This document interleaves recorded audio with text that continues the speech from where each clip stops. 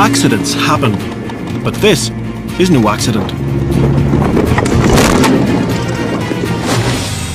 Tonight on Panorama, inside a criminal gang who are ripping off insurance companies.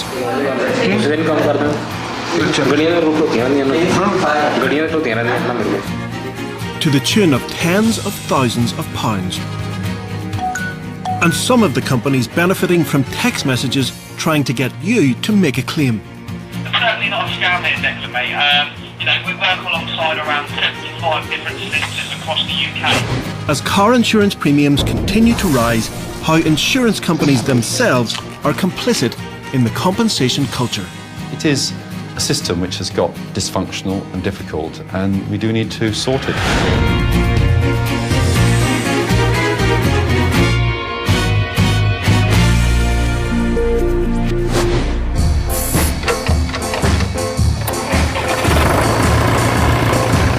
Meet Chris Berry. He's 18 and he passed his driving test a year ago. Despite appearances, Chris is not a farmer. In fact, he lives here, on this housing estate in Bolton, and gets around on a 1953 Fordson Major tractor.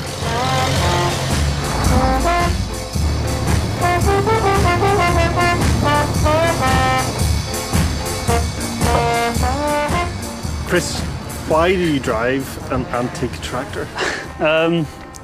There's a lot of reasons, mainly because I can't afford car insurance. I mean, I'm getting quoted like £7,000 to £8,000 for a year's car insurance. So you're forced to drive this, really? Yeah. So how much insurance do you pay on this? £57 a year.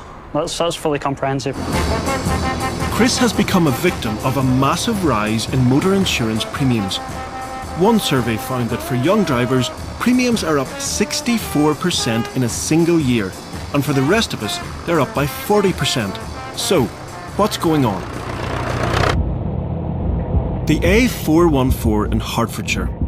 This lorry driver is about to be involved in an accident with the car in front. The lorry's built-in camera records the whole thing.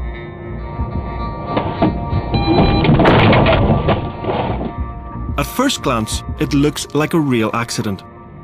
It seems as if the blue car was forced to slow down suddenly, and the lorry driver's at fault. But look again.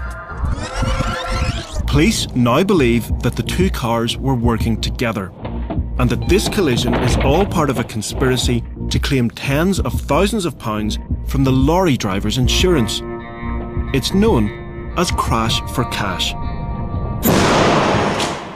And tackling it has become the focus of the Insurance Fraud Bureau. Around about 30,000 accidents a year are either staged or induced, worth somewhere in the region of £350 million a year, and that's ultimately adding to the cost of insurance for genuine consumers. The Bureau has access to all of the insurance records in the country, and they're using them to map out the crash for cash hotspots. So at the moment, where are the worst places for this? Birmingham is sitting at number 1 in our hotspots, followed by Sheffield and Manchester. We want to get inside a crash for cash gang, and here's how we're going to do it. We've bought this second-hand Volvo and we've wired it up with cameras. Our Volvo is going undercover in a crash for cash gang. We've been told about a business called First Standard Accident Claims Limited in Dagenham, Essex. And there, we're introduced to this man, Ghazenfar Siddiq. Soon after we first make contact with him, Siddiq tells us if we have the right paperwork, he'll arrange to have our Volvo damaged. Insurance, basically, your name, address, and registration number. That's all. अच्छा, काम कब होगा? काम उस दिन काम करते हैं. गड़ियाँ में रुक होती हैं नहीं गड़ियाँ में तो होती हैं नहीं ना मेरे को. We've been told the fraud works like this. This is our car, and the gang will take it and another car away to a secluded spot and damage them. Then they'll tell the insurance companies that those cars were involved in a real accident, but the whole thing will be completely made up. A few weeks later, we're back at the office. There's a new name on the door, FG Rentals, and Siddiq isn't around. But according to this woman, the fraud is still on. She's Fatima Haji, the director of FG Rentals Limited and Sadiq's business partner. She tells us when to drop our car off so it can be crashed. Bring it after free because ਤੁਹਾਡੇ ਸਾਹਮਣੇ ਹਾਲੇ ਸਾਡੀ team ਨਹੀਂ ਆਈ ਸੀ ਗੱਡੀ ਕਰਨ ਦੇ ਇੱਥੇ ਇਹ ਗੱਡੀ ਪਈ ਦੀ ਚਾਬੀ ਮੇਰੇ ਕੋਲ ਸਾਹਮਣੇ ਗੱਡੀ ਹੈ ਪਰ ਤੱਕ ਆਈ ਨਹੀਂ ਤੇ ਉਹ 2-3 ਤੋਂ ਬਾਅਦ ਹੀ ਆਉਂਦੇ ਆ ਅੱਛਾ ਤੇ 6 ਵਜੇ ਆ ਜਿਓ ਤੇ Crash for cash fraud is estimated to add about £40 to all of our premiums, but because so many gangs get away with it, nobody knows for sure. Yet it's only one of the reasons why our car insurance premiums are going up. In fact, the biggest reason for the price hike isn't criminal fraud, it's our compensation culture. In the last 5 years, we seem to have become addicted to motor insurance claims for personal injury, and at the centre of it is whiplash. There are some estimates of around 1,000 whiplash claims being made every day in the UK at the moment, which is significantly more than anywhere else in Europe.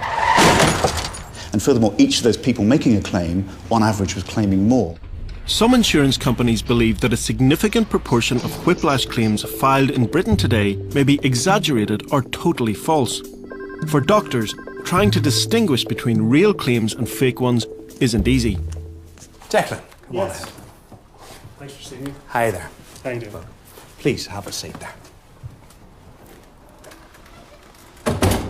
And first of all, we'll start at the top of the head. So, any problem when I do that? No, that's fine. No, great. I want you to look way up in the air for me. That's extension. And a way down, forward, far as you Rodney Payton is a leading medical assessor for whiplash. But whiplash doesn't show up on any x-rays or scans, so in the end it comes down to whether the patient sounds plausible.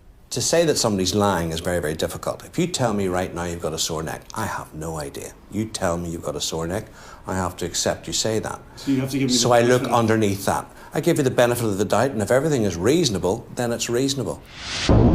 This is the heart of the problem with whiplash. Doctors have to give the benefit of the doubt.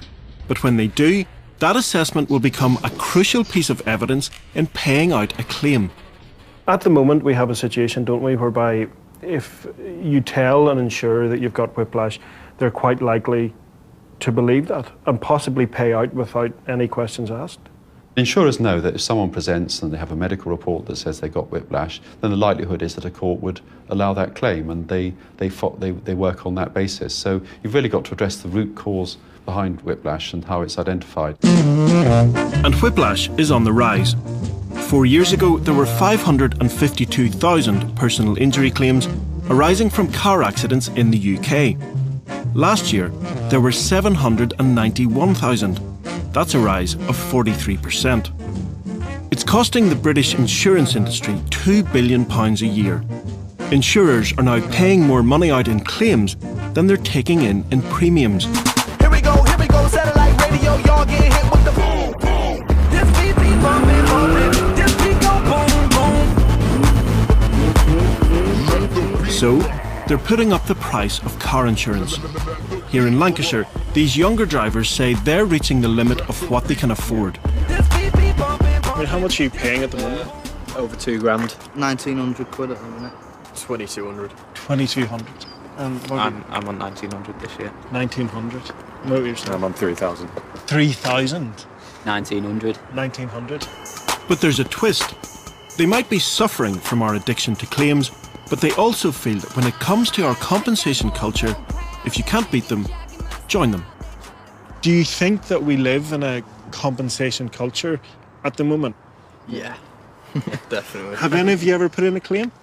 Yeah, I have on my claim. So the non-fault accident you just told us about, you did claim for that, for what? Yeah, it was whiplash, but basically because the price they paid out wasn't enough to cover the price of the car, and so I need to get that money back somehow, don't I? So did you have whiplash? Or I did, yeah. If you were involved in an accident that wasn't your fault, you're probably more likely to put a claim in for whiplash. Yeah, I'd say so. And would you all say that? Is that fairly... Yeah, probably would, yeah. According to one leading insurance broker, 7 years ago, 20% of motor accidents resulted in a personal injury claim. Today, it's 60%. We met some teenagers in Lancashire who said if they did have an accident, they'd be quite likely to claim. What is your reaction to that, and how do you go about addressing something that has now become almost part of the culture? Well, I agree. I mean, that is a very good example of how it is becoming a cultural as much as a financial issue. So yes, there is a very significant problem here, and we have to deal with it. But it's not just that we're more likely to make a claim, it seems we're also becoming more likely to lie about our injuries. A recent survey suggested that 1 in 6 people would consider lying or exaggerating in a personal injury claim.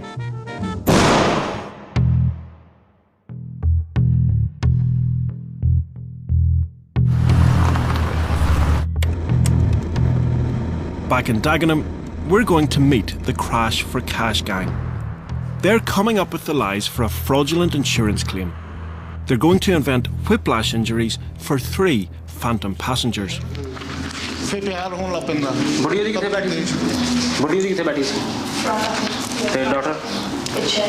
Nephew. Back of. The plan is to claim off our insurance, so we have to take the blame.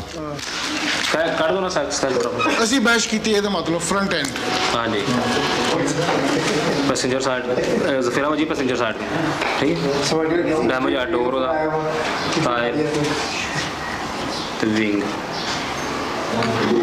ਤੁਸੀਂ ਗਿਵੇ ਤੇ ਨਹੀਂ ਰੁਕੇ ਹਾਂ ਤੁਸੀਂ ਗਿਵੇ ਤੇ ਨਹੀਂ ਰੁਕੇ ਤੇ ਤੁਸੀਂ ਅੱਛਾ ਗਿਵੇ ਨਹੀਂ ਰੁਕੇ ਇਹ ਸਾਡਾ ਫੇ ਕਸੂਰ ਹੈ ਅਸੀਂ ਵੀ ਗਿਵੇ ਤੇ ਨਹੀਂ ਰੁਕੇ ਅੱਛਾ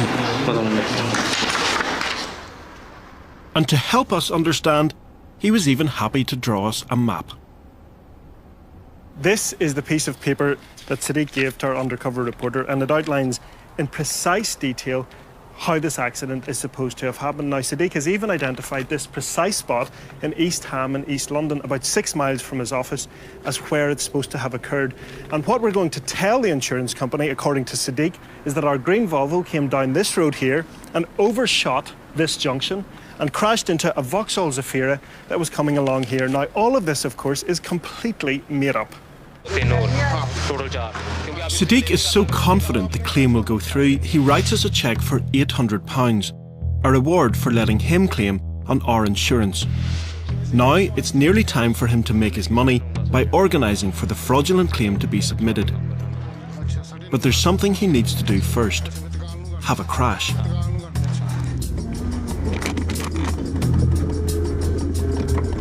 And that's where our trusty undercover Volvo comes in. We've delivered it to the gang. Our cameras will record every time someone gets in the car. We're in a hotel a couple of miles away, keeping tabs on what's happening. We've been told that they will stage the fake accident at some point tonight, but we don't know when.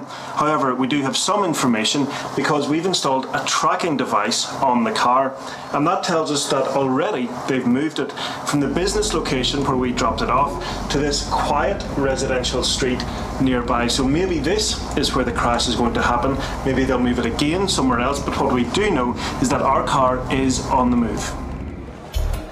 Fraud like this affects us all, but that's not the only thing pushing up our premiums. In fact, it's the system which kicks in around legitimate accidents that really costs us. We've brought a couple of scrap cars together on the side of the road to show how easy it would be to put in a claim if I were really involved in an accident. This is a rear end shunt, a relatively common everyday accident, but the liability here is clear. The fault belongs to this person in the silver car who has crashed into the back of me. And for many people involved in processing my claim, that makes me a very valuable commodity. It all starts with the very first person on the scene, the recovery driver. He knows that I've been involved in an accident that's not my fault. He also knows that companies who process claims, called claims management companies, and personal injury lawyers will be desperate to meet me. And if he introduces me to them, he'll get paid for his trouble. Actually put the claim together for them and point them in the direction of somebody who will be able to deal with their claim swiftly and very, very efficiently. So that'll be a claims management company? It could be a claims management company, or it could be a personal injury lawyer. And so what do you get out of that? How much will they pay you for making that referral? For that referral, we can receive anywhere between £250 and £500. Next, my car will be taken to the car repair body shop. They too may send me to a claims management company. Nick says he does it because they're easier to deal with than insurers, and he'll get paid for the referral. On this, if we put you in touch with an accident management company, we'd probably get 100 quid. 100 quid? Yeah. But other, bigger organisations benefit too. After all, referral fees are essentially money paid for information about car crashes. And who has the most up-to-date, live information about all of the car crashes up and down the country? Well, insurance companies. So some insurers are selling the details of their own customers to claims management companies and personal injury lawyers. We asked 15 of Britain's insurance groups if they accept referral fees. 11 replied, 4 said yes, and 4 said they receive a fee from a panel of solicitors. So a significant number of insurers are complicit in the personal injury merry-go-round.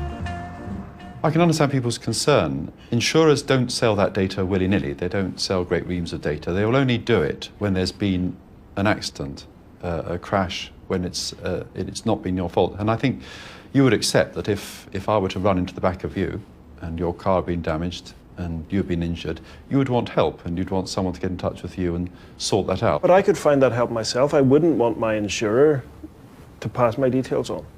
I can understand that, but equally, a lot of people would want to be helped.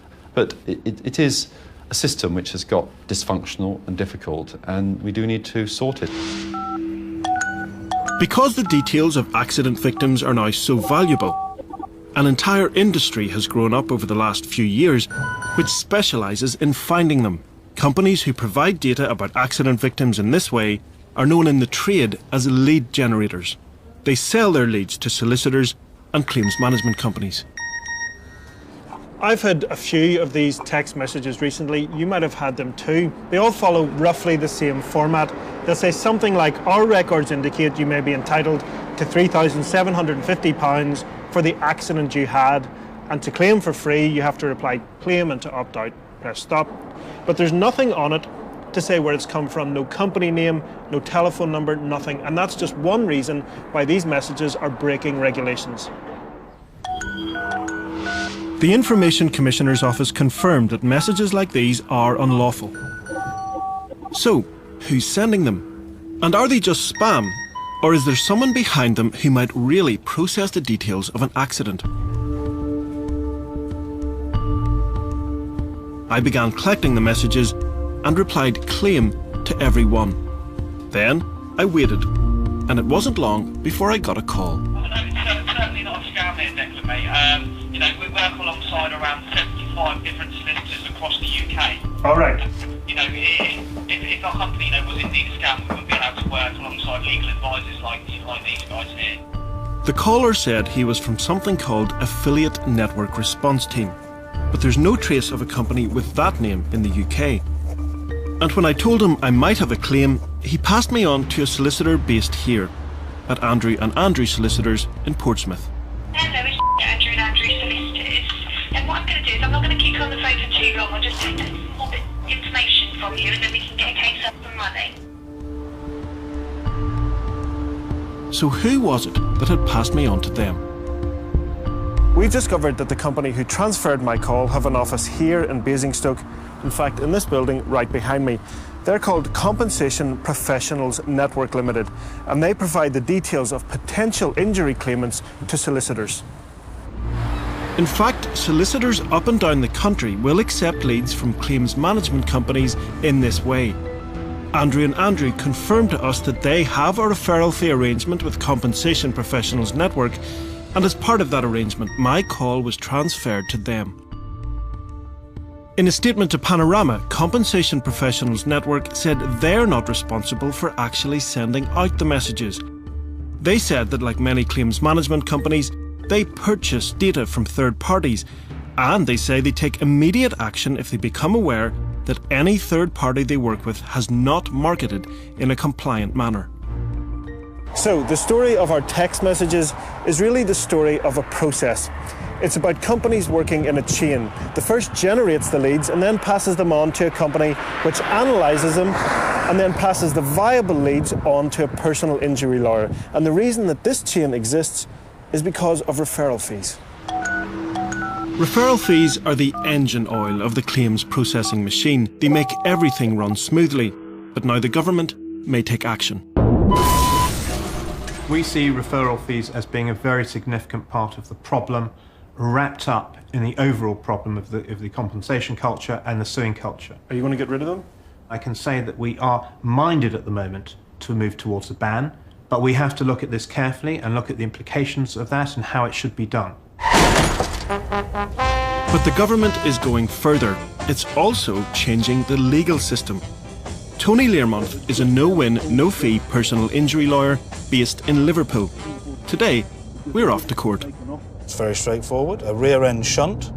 And don't forget, they've admitted liability for that almost 12 months ago in June. But when we go in, there is no opposition. The insurance company hasn't turned up, which means payday for Tony. He gets a 100% bonus if he beats an insurance company in court, and the losing insurers have to pay it. So how much did you make out of this?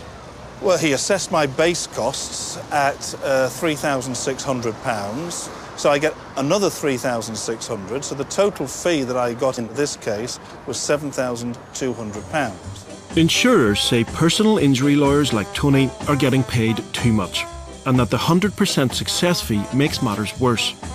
But Tony says a simple solution is that insurers should pay out earlier and avoid court cases. If they'd accepted those figures in the settlement pack, the fee that I would have got would not have been £7,200, but £1,350. Under new government proposals, success fees would no longer be paid by the insurance companies. If you make a claim and you win, a quarter of your compensation could go to your lawyer. But if you lose, you could be liable for legal costs. We're going to take the froth out of the market by saying to claimants and their solicitors, you're going to have to think a little bit more carefully as to whether to put that summons, whether to make your claim. Because if you do make that claim and you lose, you might be hit for the costs. Back in Dagenham, the Crash for Cash gang is gearing up for some real damage. Remember, the ringleader Sadiq has already drawn up an elaborate fiction for the insurance companies. The gang has taken our car to carry out the last piece of the fraud, the fake crash. What they don't know is we fitted 2 hidden cameras to our Volvo. For a few days, our car's parked up in a residential street. But then late one night, it's picked up by these 2 men. The man on the right is called Inam. We've seen him in the office with Sadiq and Fatima Haji. And she's here too. We're gonna get after free. It's almost midnight in a scrapyard in Dagenham. Look at the car in front. It's the Vauxhall Zafira we're supposed to have crashed into 8 days previously in a street 6 miles away. It doesn't look like it's been in an accident because it hasn't, but all that's about to change.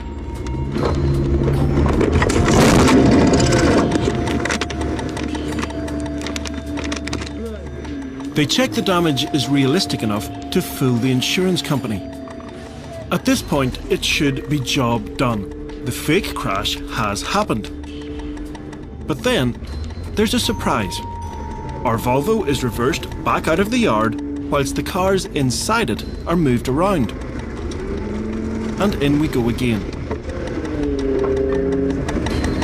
Ready? The Zafira is gone, but now there's a Toyota Celica just in front. Watch what happens next.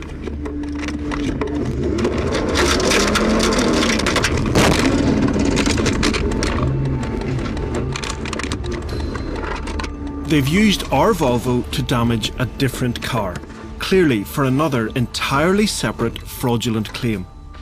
This appears to be a large-scale operation. And this time, once isn't enough. It seems Fatima is not content with just organising the false claims. She wants to have a go at crashing a car. Let me do it. Look, can I do it? That be stay with me. Why? Speed ले गया नहीं reverse car के boom. Yeah, that be sit with me innit? Too long man. Oh, shut up Zafar. Go. यार जल्दी करो ना time जाना है घर जाना है यार 12 बज रहे हैं अभी.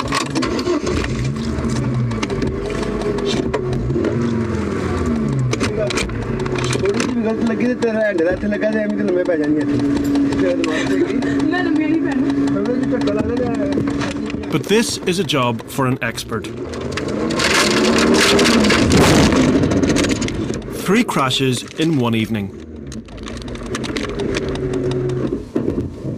And just to round it off, they set about our Volvo with crowbars.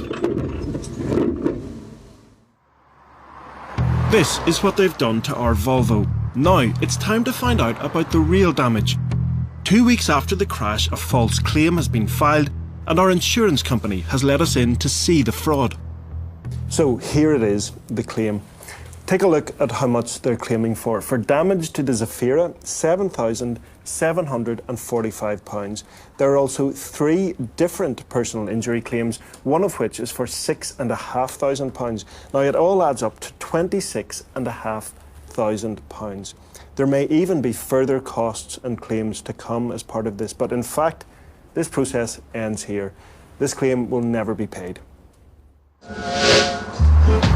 We went to FG Rentals to ask Gazan Farsaddiq and Fatima Haji about the fraud, but we just missed them.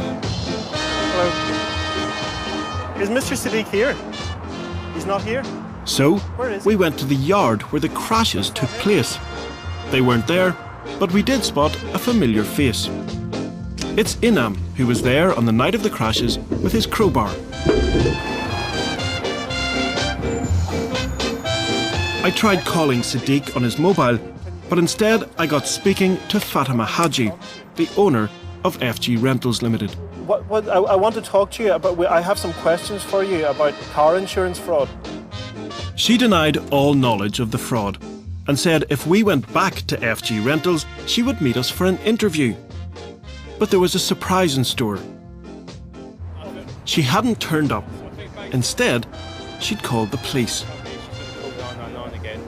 The boys in blue let us go on our way. But clearly, our trail was at an end. So the lady who I spoke to on the phone said that she would meet us, and she called me back and said she wanted to meet back here at the rentals office. But when we got here, the police were here. She had called the police on us. I would imagine that at some point soon they'll probably want to talk to her. The authorities can only guess at how many gangs up and down the country are engaged in crash-for-cash fraud. Meanwhile, Panorama understands that next year motorists can expect another hike in premiums. Some of it will be down to criminals, but some of it because of a dysfunctional system under siege from a pervasive compensation culture. One thing is clear: the rising cost of car insurance is no accident.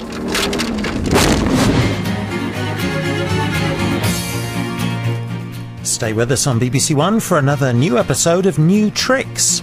Small Teen, Bigger World starts the season on BBC Three about young people with inspirational stories, while BBC Four takes a fresh look at 20th century British art.